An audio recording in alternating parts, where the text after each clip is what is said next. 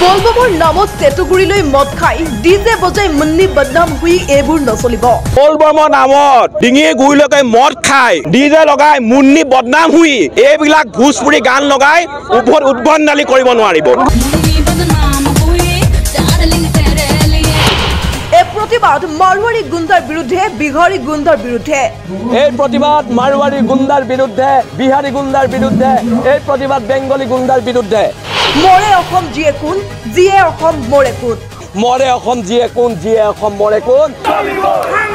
হ'ব পাৰো দুখীয়া আমি তহঁতৰ গোলাম নহয় আঁঠুকাঢ়ি অধিকাৰ খোজা আমাৰ নিয়ম নহয়। হ'ব পাৰো আমি দুখীয়া আমি তহঁতৰ গোলাম নহয় আঁঠুকাঢ়ি অধিকাৰ খোজা আমাৰ নিয়ম নহয় নিয়ম নহয়।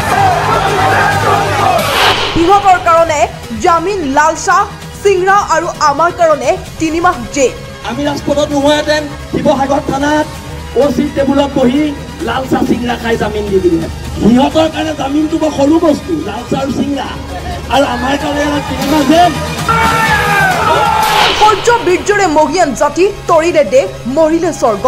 সূৰ্য বীৰ্যৰে মহিয়ান জাতি তৰিলে দেশ মৰিলে স্বৰ্গ। 7 দিনৰ ভিতৰত মাৰৱাৰী পট্টিৰ নাম শ্বহীদৰ নামেৰে নামকৰণ হ'ব লাগিব। 7 দিনৰ ভিতৰত মাৰৱাৰী পট্টিৰ নাম সলনি কৰক আমাৰ শ্বহীদৰ নামত দিব লাগিব। খিলঞ্জীয়াৰ প্ৰতিবাদত উত্তাল হ'ল শিৱসাগৰ।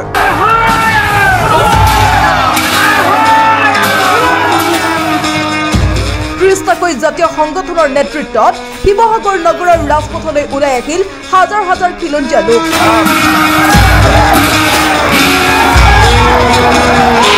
উদ্দেশ্য অনা অসমীয়াৰ গুণ্ডামীৰ বিৰোধিতা।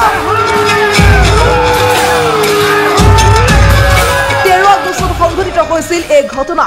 সেইদিনা শিৱসাগৰৰ বাবুপট্টিত অনা অসমীয়াৰ দলবদ্ধ আক্ৰমণৰ বলি হৈছিল এগৰাকী নাবালিকাৰ ৰাষ্ট্ৰীয় পৰ্যায়ৰ পাঞ্জা খেলুৱৈ। যি ঘটনাৰ পাছতে এক প্ৰকাৰ ক্ষোভৰ জুই জ্বলিছে সমগ্ৰ শিৱসাগৰত। শ্ৰীলতা হানি আৰু শাৰীৰিক আক্ৰমণৰ অভিযোগ তুলি নাবালিকাৰ পিতৃ মাতৃয়ে দিয়া এজাহাৰৰ পাছতে অভিযুক্ত অৰুণ লাহতি আৰু মনীষ পোদ্দাৰক জেললৈ প্ৰেৰণ কৰিছে যদিও আজিও জ্বলি আছে ক্ষোভৰ জুইকুৰা। যোৱা 16 আগষ্টত 30টাকৈ জাতীয় সংগঠনে আহ্বান কৰা ৰাজহুৱা সভাত বহিৰাগত তথা অনা অসমীয়াৰ বিপক্ষে লোৱা হৈছিল 10টাকৈ বৃহৎ সিদ্ধান্ত। যাৰ ফলশ্ৰুতিত সোমবাৰে পুৱাৰে পৰা শিৱসাগৰৰ ৰাজপথলৈ ওলাই আহিল প্ৰতিজন অসমীয়া। প্ৰতিজন অসমীয়াৰ অনা অসমীয়া বিৰোধী শ্লোগানত উত্তাল হ'ল শিৱসাগৰৰ ৰাজপথ।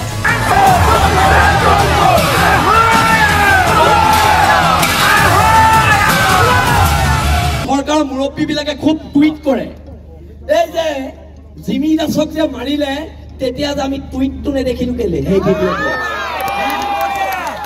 সেই ভিডিঅ'টো আমি টুইটটো নেদেখিলো টুইট নেটি কিবা এটা কৰি থাকে আপোনালোকৰ মুৰব্বীজনে সেইটো আমি নেদেখিলো। এতিয়া কথাবিলাক হৈছে আমি সিদ্ধান্ত ল'লো আমি মাৰ খাই জীয়াই নাথাকো আমি মাৰ খাই জীয়াই। আৰু আজি ইয়াত শিৱসাগৰ জনগণে এটা সিদ্ধান্ত লওক কিহৰ শিৱসাগৰ পৌৰসভাই আমি 30 জাতীয় জনগোষ্ঠীয় সংগঠনে পৌৰসভাক স্মাৰক দিম 7 দিনৰ ভিতৰত মাৰৱাৰী পট্টিৰ নাম সলনি কৰক আমাৰ শ্বহীদৰ নামত দিব লাগিব। যদি এলাহাবাদৰ নাম প্ৰয়াগৰাজ হ'ব পাৰে মাৰৱাৰী পট্টিৰ নামো আমাৰ শ্বহীদৰ নামত হ'ব পাৰিব। হয় আজিৰ পৰা এখন সংগ্ৰাম এই সংগ্ৰামখন আঁঠু কাঢ়ি কাণত ধৰি জীয়াই থকাৰ সংগ্ৰাম নহয়। সেইকাৰণে আমি কওঁ হ'ব পাৰো আমি দুখীয়া আমি তহঁতৰ গোলাম নহয় আঁঠু কাঢ়ি অধিকাৰ খোজা আমাৰ নিয়ম নহয় নিয়ম নহয় আৰু নিয়ম নহয়। সূৰ্য বীৰ্যৰে মহিয়ান জাতি তৰিলে দেশ মৰিলে স্বৰ্গ। আকৌ কৈ দিছো অসম পুলিচক তৰিলে দেশ মৰিলে স্বৰ্গ। এইবিলাক আৰু নহব।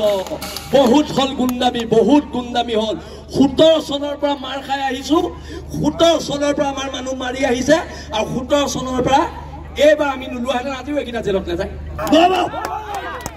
সিহঁতৰ কাৰণে জামিনটো লাল চাহ চিংৰা আমাৰ কাৰণে জামিনটো 3 মাহ জেল স্বাভিমানে আমি জেলত থাকো কিন্তু থাৰ্ড ক্লাছ মাৰোৱাৰী এটা ভৰিত নধৰো না তাৰ পৰা পইচা খাওঁ না তাৰ লগত কিবা ব্যৱসায়িক সম্পৰ্ক আছে একো নাই এটা কথা অংগীকাৰবদ্ধ হওক সকলোৱে হাত মুঠি মাৰি কওক মাৰ খাই জীয়াই নাথাকো মাৰ খাই জীয়াই নাথাকো মাৰ খাই জীয়াই নাথাকো ইফালে এই প্ৰতিবাদৰ নেতৃত্ব লোৱা বীৰ লাচিত সেনাৰ নেতা শৃংখল চলিহাই মুকলিকৈ শিৱসাগৰৰ বহিৰাগতক দিলে ধমক আনকি মাৰোৱাৰী অধীনস্থ এলেকাসমূহৰ নামো অসমৰ বীৰ শ্বহীদৰ নামত হ'ব লাগিব বুলি উত্থাপন কৰিলে দাবী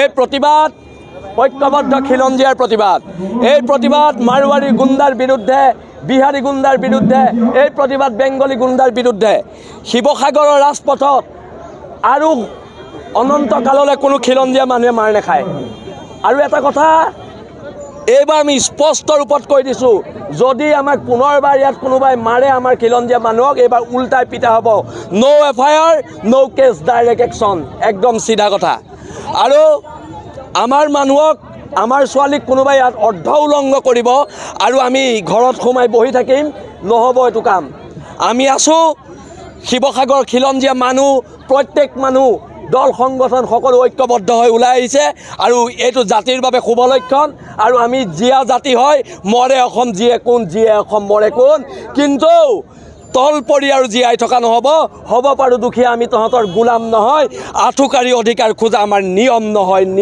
আৰু নিয়ম নহয় এইবাৰ চিধা পিটন দিয়া হ'ব যদি আৰু আমাৰ গাত হাত তুলিবলৈ হয় একদম স্পষ্ট কথা ধন্যবাদ জয় আই অসম আমাৰ কথা হৈছে এই মাতৃভূমিত অনাদি অনন্তকাললৈ খিলঞ্জীয়া মানুহৰ প্ৰভুত্ব থাকিব লাগিব আধিপত্য থাকিব লাগিব অসমৰ ভাষা কলা কৃষ্টি সংস্কৃতিয়ে চিৰদিন চিৰকাল উচ্চ স্থানত জিলিকি থাকিব লাগিব অসমৰ সম্পদ অধিকাৰ ভূমি অধিকাৰ অসমীয়া মানুহৰ হাতত থাকিব লাগিব অসমৰ শাসনৰ বাগজৰীডাল অসমীয়া মানুহৰ হাতত থাকিব লাগিব অসমত থাকিলে অসমৰ ভাষা কলা কৃষ্টি সংস্কৃতিক সন্মান কৰিব লাগিব শ্ৰদ্ধা জনাব লাগিব যদি অসমত থাকি যদি অসমৰ যুৱক যুৱতীৰ ওপৰত যদি শাৰীৰিকভাৱে আক্ৰমণ কৰিবলৈ হয় মানসিকভাৱে যদি অত্যাচাৰ চলাবলৈ হয় তেনেধৰণৰ অসমীয়া বহিৰাগত বনিয়াক ইতিমধ্যে আমি অসমৰ পৰা খেদি পঠিয়াই আমি সিদ্ধান্ত গ্ৰহণ কৰিছোঁ আৰু এটা কথা কৈছোঁ আজি শিৱসাগৰলৈ বলবম আহিছে আমি ভাল পাইছোঁ ভগৱানক তেওঁলোকে সন্মান কৰিছে ভগৱানক শ্ৰদ্ধা জনাইছে ভক্তি কৰিছে আমি ভাল পাইছোঁ আমি স্বাগতম জনাইছোঁ কিন্তু বলবমৰ নামত ডিঙিৰ গুৰিলৈকে মদ খাই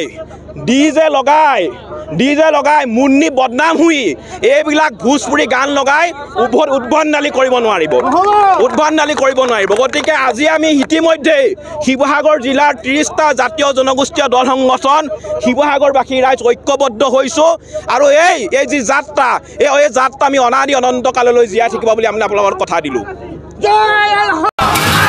শিৱসাগৰৰ পৰা চাহানাৰা ইছলামৰ ৰিপৰ্ট প্ৰতিবিম্ব লাইভ